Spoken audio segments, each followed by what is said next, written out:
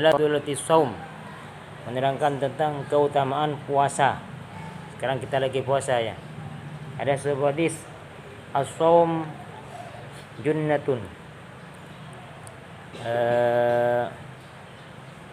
Puasa itu ialah asyam junnatun minan nar.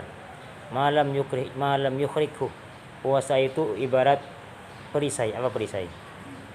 Perisai. Tahu perisai?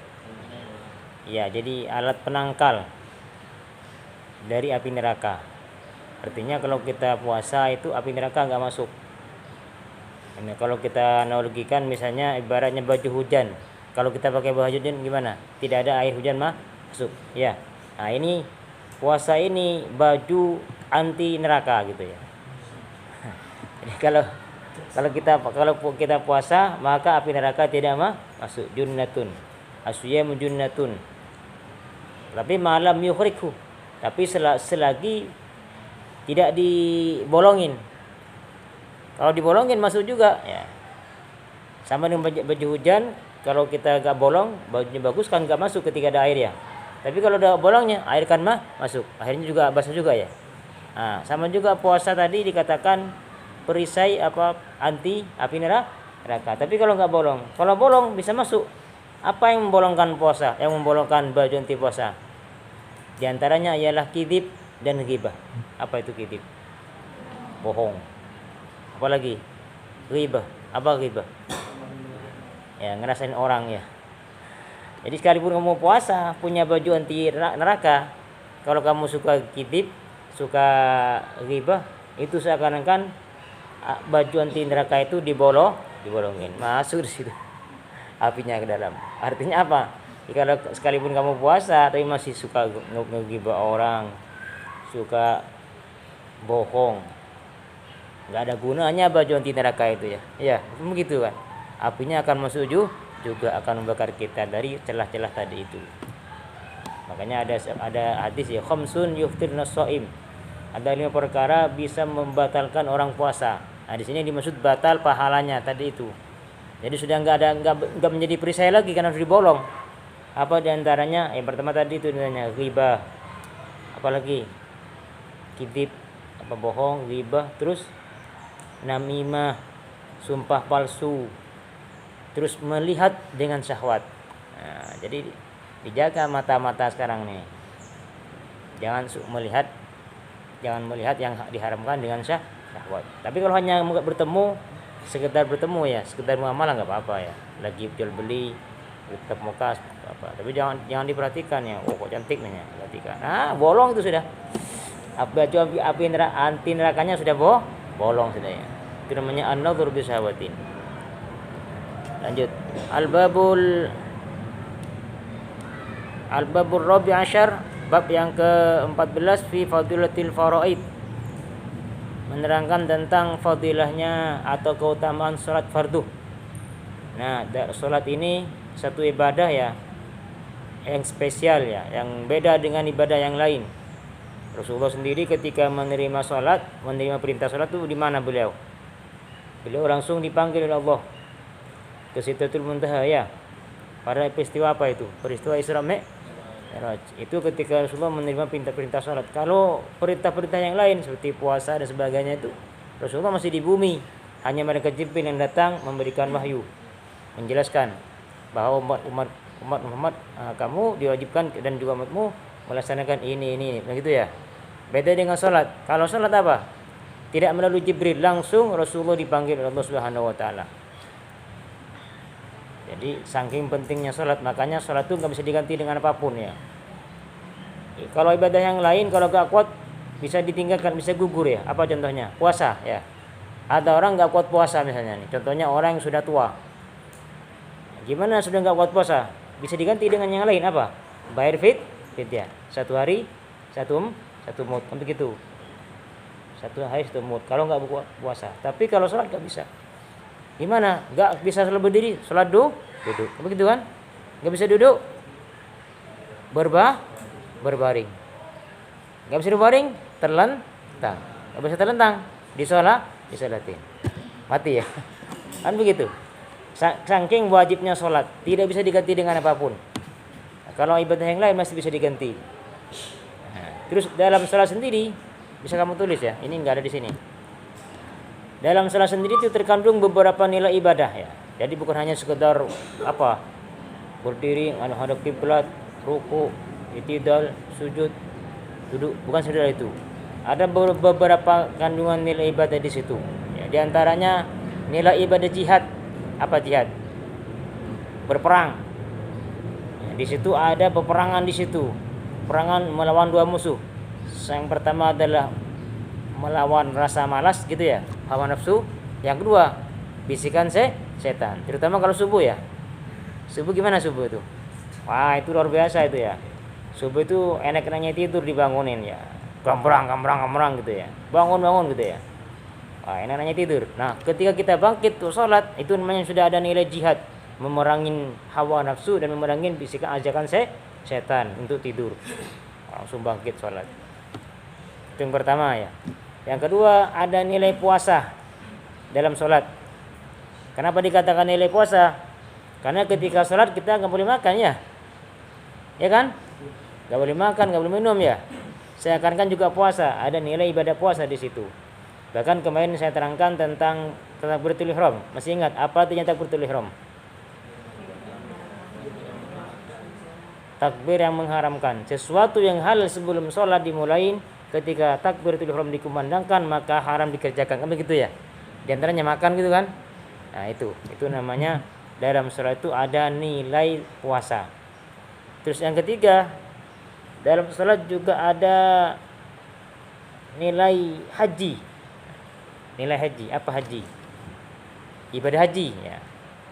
Apa ibadah haji itu? Haji itu ialah qasdul Ka'bah lin nusuk. Apa artinya?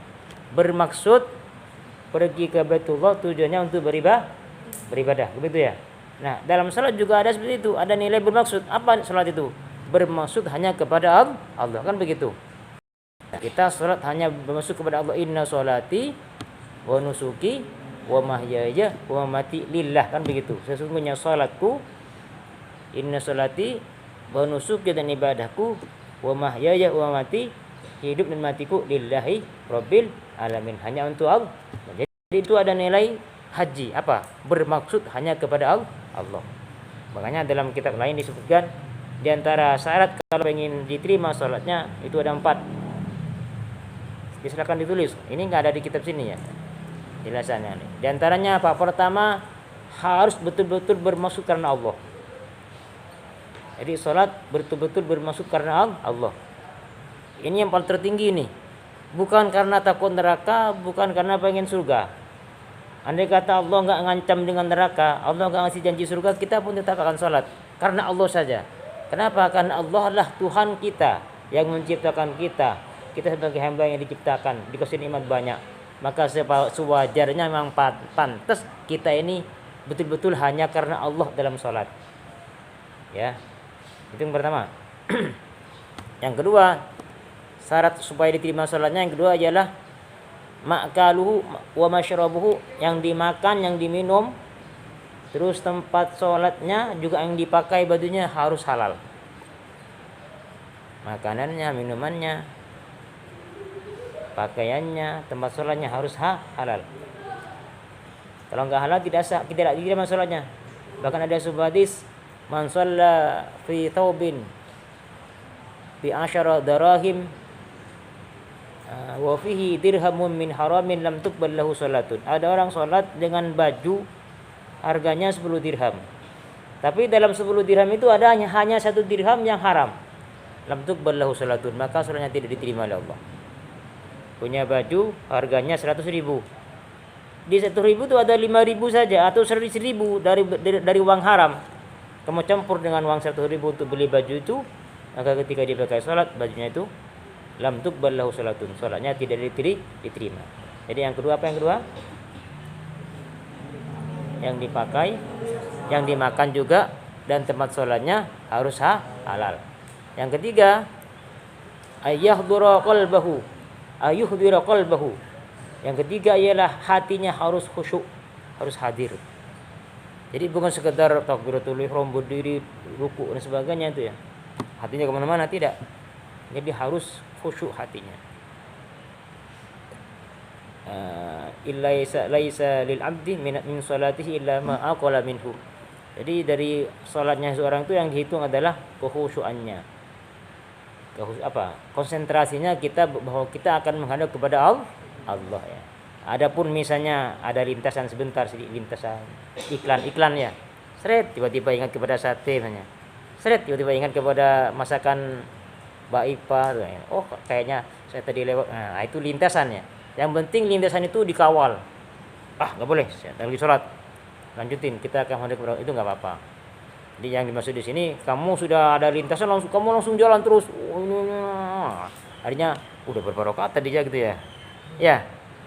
Itu yang dimaksud. Yang dimaksud tidak khusyuk seperti itu.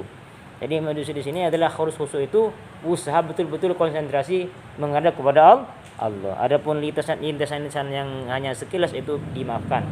Yang penting jangan diikutin terus ya. Yang keempat ialah alla yu'jiba biha. Yang keempat, kita tidak boleh kagum dengan solat yang dikerjakan. Tidak boleh kagum. Jangan kagum, wah saya udah solat pasti masuk surga. Saya udah solat pasti jauh dari neraka. Tidak bisa, tidak boleh seperti itu ya. Itu diantara syaratnya. Bahkan kita harus menyadari, harus meyakini solat saya ini masih banyak kesalahan, masih banyak kekurangan, masih nggak sopan saya menghadap kepada Allah ya. Pikiran suka kemana-mana. Harus seperti itu ya. Terus dalam gerakan-gerakannya kan ada macam-macam gerakannya ya. Takbiratul ihram gitu ya. Allahu Akbar itu kan. Tangannya diangkat. Itu kalau kata ulama itu diartikan itu sama ulama itu. Seakan-akan ketika takbiratul ihram itu seakan-akan kita ini hamba yang lagi tenggelam dalam dunia dosa, dalam kemaksiatan. Tenggelam dalam lautan dosa, kita minta tolong ya Allah angkat kami, ampuni dosa kami. Kita angkat tangan, Allah Akbar. Jadi seperti itu. Di antara cara untuk mendapatkan kehusyuan. Jadi ketika takbir itu seakan-akan kita ini seorang yang dosa banyak, pendosa, bermaksiat ya. Lalu kita mohon pertolongan Allah. Tolong khudh bi yadi, angkat pegang tanganku ya Allah, ampuni kami, lepaskan kami dari kemaksiatan. Allahu Akbar, Allah Maha Besar, kami kecil, kami banyak dosa, kami tidak apa-apa, tidak punya apa-apa, hanya Engkau yang Maha Besar. Seperti itu. Allahu Akbar. Ketika ruku itu diartikan oleh ulama itu. Ketika sujud, kata ulama, ketika sujud ibaratnya kita ini mengakui bahwa kita terbuat dari apa? Dari tanah. Allahu Akbar, kami dari tanah ya Allah. Setelah itu Allahu Akbar, duduk. Lalu Engkau hidupkan di dunia ini. Ya. Kayak sekarang nih. Setelah itu sujud lagi. Nanti juga kami akan dimatikan oleh Engkau ya Allah. Kembali ke tanah. Sujud lagi. Baca tasbih di situ. Bahkan disunahkan baca istighfar di situ ya. Setelah itu juga duduk lagi. Nanti juga kami akan dibangkitkan di hari kiamat. Dan ketika bangkit kami akan dihisap oleh Engkau. Semua amal-amal kami ini akan dihisap. Seperti itu. Jadi di samping kamu menghayatin maknanya dari apa yang kamu baca itu ya, juga begitu caranya. Insya Allah dengan begitu itu akan timbul rasa khusyuk. Insya Allah akan bisa mengatasi lintasan-lintasan yang terjadi itu ya. Lanjut, itu salat. Terus lagi ya salat. Ini banyak yang masih meremehkan tentang syarat salat secara fikih. Secara fikih ya, kalau barusan itu kan secara hakikat diterima oleh Allah, ada 4 ya. Secara fikih apa? Mengendengkan najis ya. Suka begitu ya. Cowok ya. Nyeker. Ya.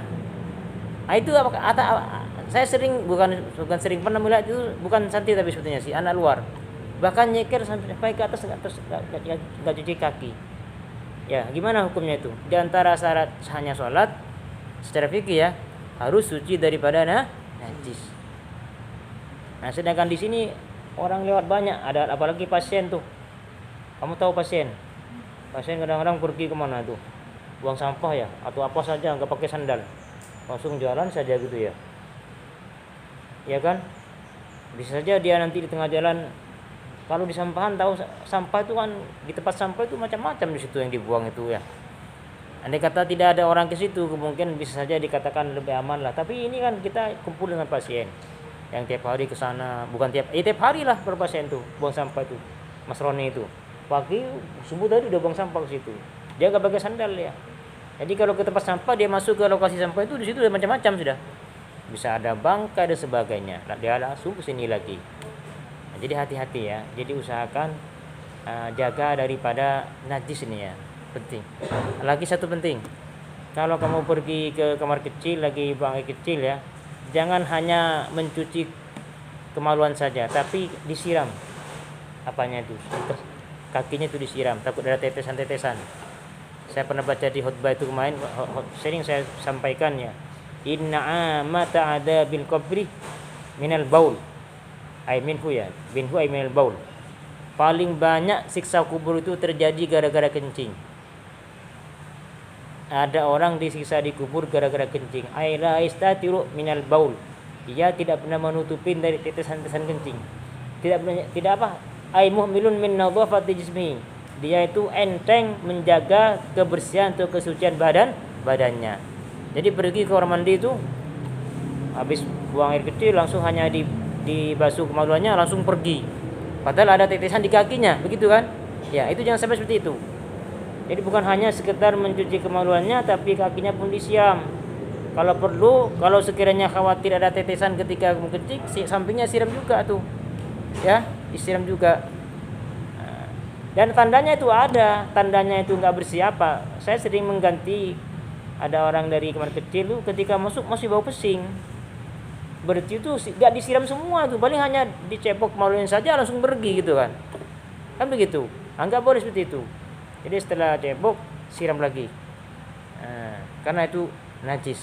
Beda kalau di tempat wudu. Kalau tempat wudu kan enggak ada najisan ya. Itu beda saja lagi itu.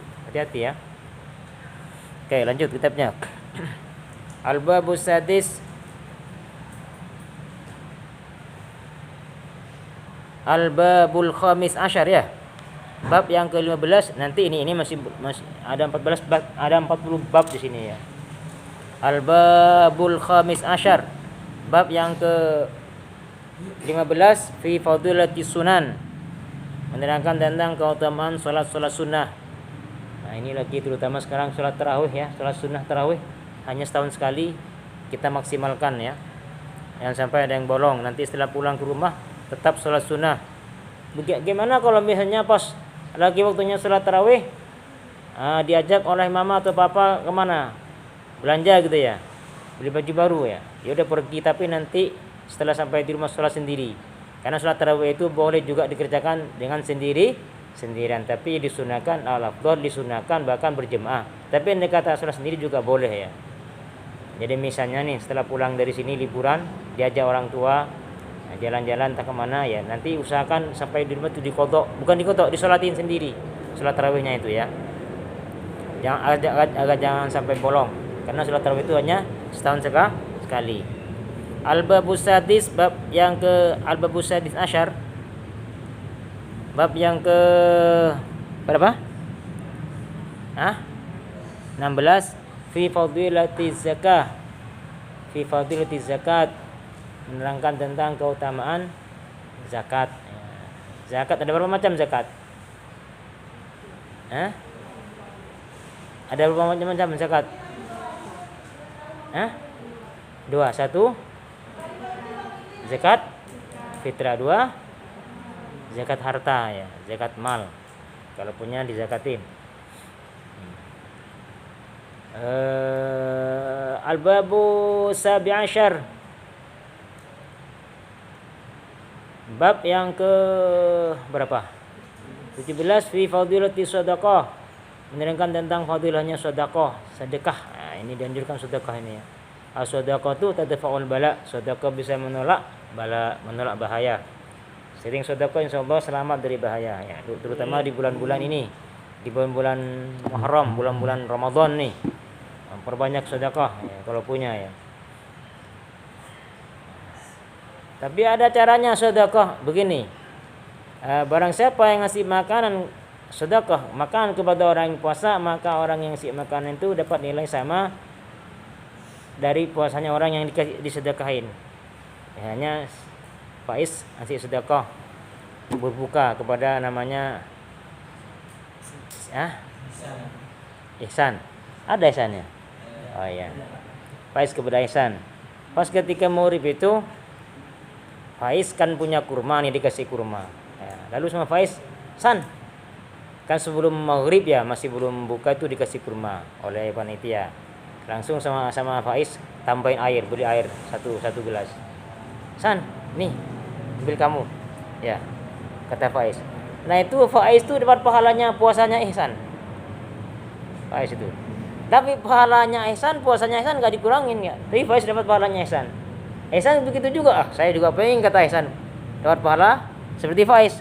Sama, ihsan kan tadi dapat kurma juga ya. Beli air yang beda misalnya. Kalau tadi Faiz beli air mineral yang putih, ihsan beli yang ale-ale. Nah, misalnya. Misalnya nih. Ini Faiz, saya juga mau sedekah kepada kamu, kasih makan kamu. Kamu kan puasa tadi, kasih ke Faiz.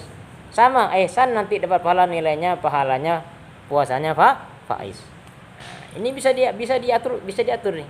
Bisa diatur, dibudayakan, berusaha mengasih makan kepada orang yang puasa. Mumpung kita kan masih puasa 5 hari ya, masih banyak waktu ke depan, silakan diamalkan. Gak apa-apa, entah air mineral apa kek ya, usahakan ngasih sedekah, ngasih makanan. Man aftara shaiman gitu ya, falahu mitlu ajri. Jadi orang yang memberi iftar memberi buka kepada orang puasa, dia dapat pahalanya orang tadi itu, dan tidak dikurangin sedikit pun pahalanya. Nah, jadi sekarang bisa diamalkan itu, saling ganti-gantian, saling ganti kurma. Ini untuk kamu, saya sedekah, dia juga sedekah kepada kamu. Lanjut kitabnya Pak Alwi. Al-babu tsamin asyar fi fadilati salam. Bab yang ke berapa ini? 18. Ya, bagus. Fi fadilati salam, menerangkan tentang keutamaan salam. Apa salam? Assalamualaikum. Tetapi bagaimana kalau ada orang kafir lalu salam kepada kita? Kita gimana jawabannya? Ada orang kafir, orang non muslim salam kepada kita. Apa jawabannya? Waalaikum. Gitu aja. Jangan lanjutin Waalaikumsalam. Waalaikum saja. Atau assalamualaikum wa ala ibadillahi sholihin. Nah, bahkan ya, jadi bahkan dalam ulama menegaskannya, kita bukan hanya sekedar salam ya, adab kepada sesama orang Islam, termasuk kepada orang yang lebih tinggi derajatnya daripada kita. Ilal imamil adil contohnya, yustahabul qiyam, disunahkan kita berdiri ketika ada orang pemimpin yang adil. Ada presiden, ada Pak Bupati atau gubernur atau Pak Lurah yang adil ya, itu kita disunahkan berdiri. Atau ila alimin, atau kepada orang alim, atau ila ahli ilmi, atau kepada ahli ilmu. Siapa ya? Para guru, para ustadz, para kiai, disunahkan. Makanya di sini diajarkan ya, kalau ada abah lebat tuh kita berdiri. Itu memang keterangan ulama itu. Ada sebuah hadis, qumu ila sayyidikum, kata Rasulullah, berdirilah engkau untuk menghormati pemimpin kalian. Jadi jangan seperti orang-orang yang mengatakan ngapain ini sama-sama saja gitu kan ya, sama-sama orang gitu ya. Tidak bisa, itu namanya tidak punya adab itu orang seperti itu. Jadi akhlak itu memang diajarkan oleh Rasulullah. Bahkan Rasulullah itu innama bu'itsu liutammima makarimal akhlak. Jadi akhlak itu harus dijaga ya. Jadi berdiri menghormati orang yang lebih tinggi derajatnya itu disunahkan dan diamalkan. Nah, ini lagi ahli ilmi ya. Ahli ilmu itu siapa? Orang yang alim, punya ilmu, bukan masuk guru. Bukan hanya guru itu siapa, sekalipun dia gak ngajar kalian. Ada ustadz, kata orang ustadz misalnya, dan kamu juga tahu dia ustadz, tapi sekalipun dia gak pernah ngajar kalian, dia lewat di depan kalian, kamu lagi duduk, disunahkan berdiri menghormatin beliau, seorang yang punya ilmu. Juga walidain, kata ulama juga, orang tua juga sama. Kamu lagi duduk, ada orang tua datang lewat, langsung berdiri, segera berdiri, salaman, sambut orang tua. Itu namanya akhlaknya. Ngerti ya semuanya, faham tuh ya. Jadi jaga akhlak ya. Al-babu tasi asyar fi fadilati du'a. Bab yang ke 19 fi fadilati du'a. Keutamaannya berdoa. Doa silahul mukminnya. Apa artinya? Doa adalah senjatanya orang beriman. Bahkan doa ini termasuk perintah Allah, ud'uni astajib lakum, berdoa engkau maka aku akan menjawab. Jadi diperintah oleh Allah ya. Dan ketika kita berdoa itu menunjukkan bahwa kita ini makhluk yang butuh kepada Allah. Makhluk yang hamba yang tidak sombong. Kalau kita gak mau doa, namanya sombong itu. Gak mau, ngapain minta doa kepada Allah. Saya rajin bekerja, gaji saya tinggi misalnya. Saya orang pintar, gak pernah doa. Sombong namanya itu. Di samping dia juga tidak melaksanakan perintah Allah. Apa perintah Allah? Ud'uni. Doalah engkau, mintalah engkau kepadaku, astajib lakum. Jadi doa ya, nanti akan diterangkan tentang doa-doa. Al-babun isyurun. Bab yang ke 20 fi fadilatil istighfar. Fadilahnya istighfar. Man aktsara minal istighfar ja'alallahu lahu min kulli hammin farajan wa min kulli dhaiqin makhrajan. Barang siapa yang memperbanyak baca istighfar, Allah akan segera lepaskan daripada kesusahan dan daripada kesempitan. Allah akan beri jalan keluar. Yang susah-susah ngapalin ini ya, yang susah belajar ini, banyakin baca istighfar. Ya ihsan ya. Banyakin baca istighfar biar oleh Allah segera dibuka jalan keluar yang baik. Wa razaqahu min haitsu la yahtasib, dan Allah akan berikan rezeki yang tanpa diduga-duga ya. Kalau pengen kaya, perbanyak baca istighfar. Istaghfiru rabbakum innahu kana ghaffara yursilis samaa 'alaikum midrara wa yumditkum bi amwalin wa banin wa yaj'al lakum jannatin wa yaj'al lakum anhara. Itu kata Al-Qur'an ya. Al-babul hadi wa 20. Bab yang ke berapa? 1 dan 20, berarti 21. Fi fadilati dzikrillah. Fadilahnya atau keutamaan zikir kepada Allah. Ya ayyuhalladzina amanu dzkurullaha dzikran katsiran. Al-babus tsani wal 20, bab yang ke-2 dan 20. 22. Fi fadilati tasbih. Fadilahnya tasbih. Kalimatani khafifatani ala lisan gitu ya. Habibatani ilar rahman, thaqilani fil mizan. 2 kalimat gampang di mulut, di lidah, terus sangat disukai oleh Allah Ar-Rahman, dan dapat memberatkan timbangan. Apa itu? Subhanallah wa bihamdi. Tasbih ya.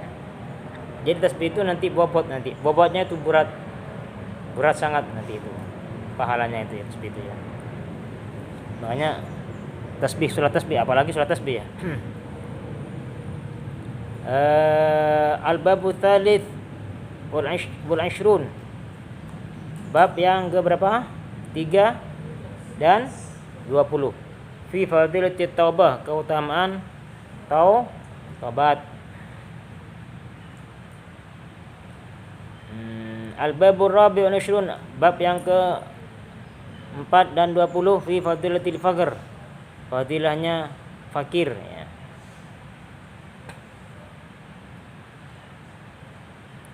Ahabbul amal ilallah man at'ama miskinan. Paling disukainya amal oleh Allah ialah orang yang ngasih makan kepada orang yang miskin. Orang yang memenuhi hajatnya orang yang sedang butuh. Itu sangat disukai oleh Allah ya. Al-babul 10. Al-babul khamis wal 20. Bab yang ke-15 fi fadilatin nikah.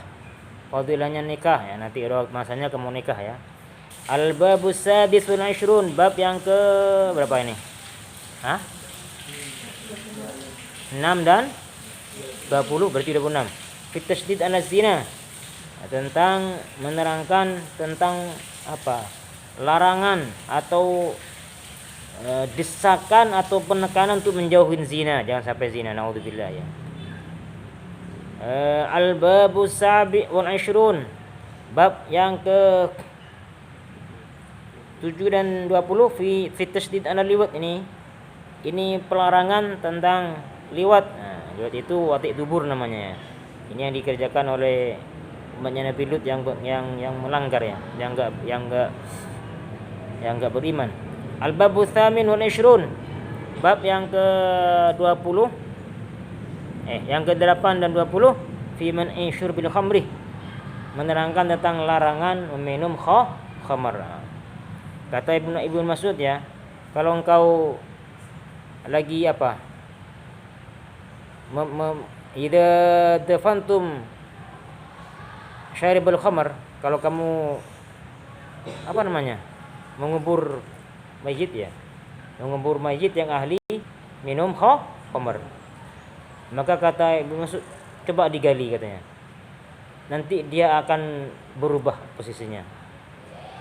Akan berubah, tidak akan menghadap kiblat. Kalau salah bunuh saya. Kata Ibnu Mas'ud. Kenapa? Karena beliau mengatakan orang yang minum khamar itu sangat dibenci oleh Allah ya. Apa khamar ya? Sesuatu yang memabukkan. Apa itu namanya? Ada topi miring lah, macam-macam.